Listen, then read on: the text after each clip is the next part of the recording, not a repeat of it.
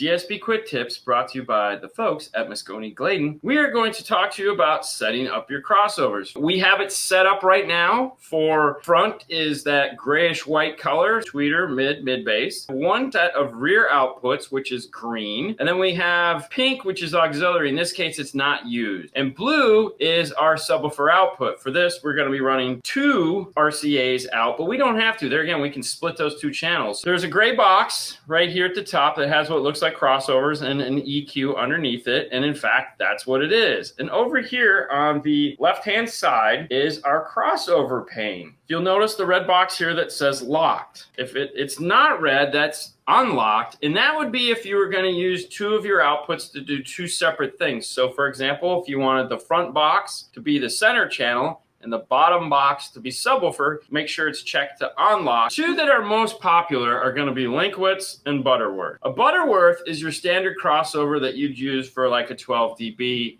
If we were just doing, let's say, front, rear, sub, a set of components with passive crossovers, something in the rear and a subwoofer, more than likely we would just pick 12 dB, 80 hertz, nice and simple, gonna blend well, you're gonna get some more mid bass out of the front of the car, and everything is great. But for this, we're doing a 3-way set. We're gonna pick Linkwitz Riley, and we're going to pick 24 dB. And the reason why we're doing that, because we have a 3-way set and we're going with electronic crossover, if we were to do Butterworth 12 dB, there could be a problem at the crossover points where we're going to get a dip or a rise. If you just do Linkwitz 24, you don't have to stress out about that, and you can just move on. We have Linkwitz, we have 24, and we have a high-pass filter of 5,000. Our low-pass filter is going to be off because we don't need a band-pass crossover for the tweeter. The tweeter will naturally roll off at some point above 20,000. Move on to the mid-range. Linkwitz 24. Now we need a high pass filter for this. In this case, that speaker is 350 or 350. We need a low pass filter because we don't want the mid-range to play up into the tweeter frequencies. And we're going to make that 5,000 because that's where the tweeter crossover point is. Move on to the mid bass. We need a high pass filter for that. For this, we're just going to pick 80 hertz, Linkwitz 24, and we need a low pass filter. That low pass filter, as you guessed it, is going to be 350 so that it matches up with the mid-range. Move on to the rear speakers. I typically will run them a little bit higher than the front door speakers. We're at 80, I cross them over at 100. Linkwitz 24, that is going to be a high pass. Low pass is off. If you